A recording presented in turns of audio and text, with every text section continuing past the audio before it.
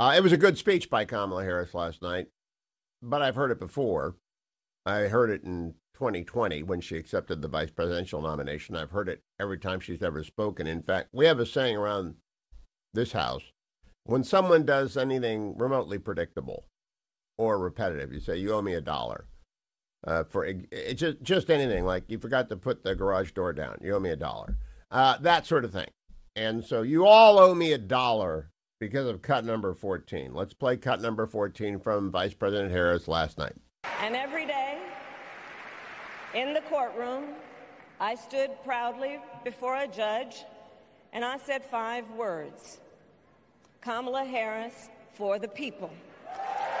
This is the routine go-to line. She will use it in the debate. She will use it in every speech, and it doesn't mean anything. It doesn't mean anything. And in fact, there was nothing of substance in this speech. There was a remarkable lie, and one that has to be set up in 2 parts. Cut number 21 first, where she's attempting to establish national security credentials that she does not have. Cut number 21. 5 days before Russia attacked Ukraine, I met with President Zelensky to warn him about Russia's plan to invade. I helped mobilize a global response, over 50 countries, to defend against Putin's aggression.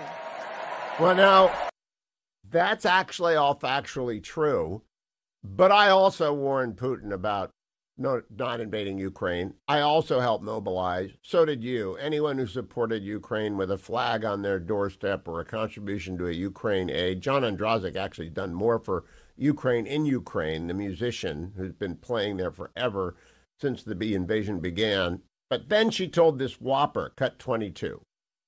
Trump, on the other hand, threatened to abandon NATO. He encouraged Putin to invade our allies. That's just a lie. I don't know why they tell it. Donald Trump effectively got NATO to raise its contribution so it had the weaponry available and the defense budget large enough to assist Ukraine. And they're going to have to get bigger and larger going forward if this war continues in Ukraine. Now let's get to the heart of it. What was she going to say? First of all, kudos. She does mention 10-7. Then it falls off a cliff. Cut number 27. Most important part of the speech. Cut 27. With respect to the war in Gaza, President Biden and I are working around the clock because now is the time to get a hostage deal and a ceasefire deal done.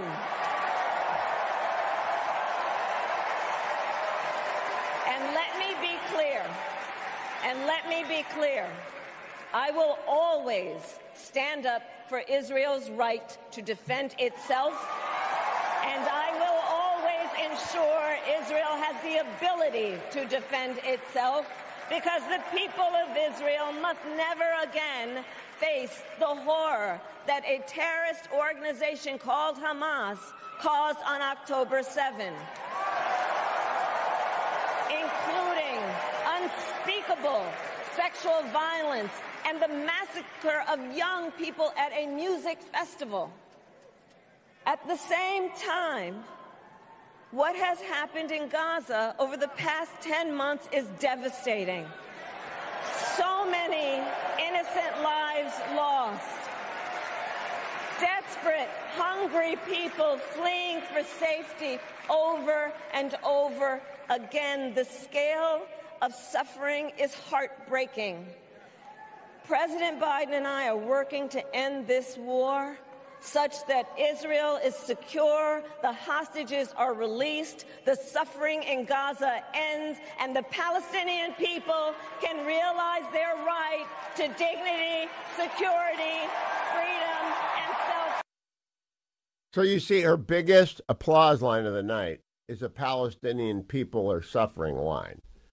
The 10-7 obligatory reference is there. I thank her for that. But you know where her heart is. You know she will be the most anti-Israel president in the United States history if she's elected. I don't think she's going to be elected for a lot of reasons. One of them is inflation, but the second one is the border. Here's what she said about the border, cut number 16. Cut 16. After decades in law enforcement, I know the importance of safety and security especially at our border. Yeah, it's just so risible. It's absolutely laughable. Cut number 17. We can create an earned pathway to citizenship and secure our border. Okay, so no, we can't. And we need to put up the fence. We got to finish the wall.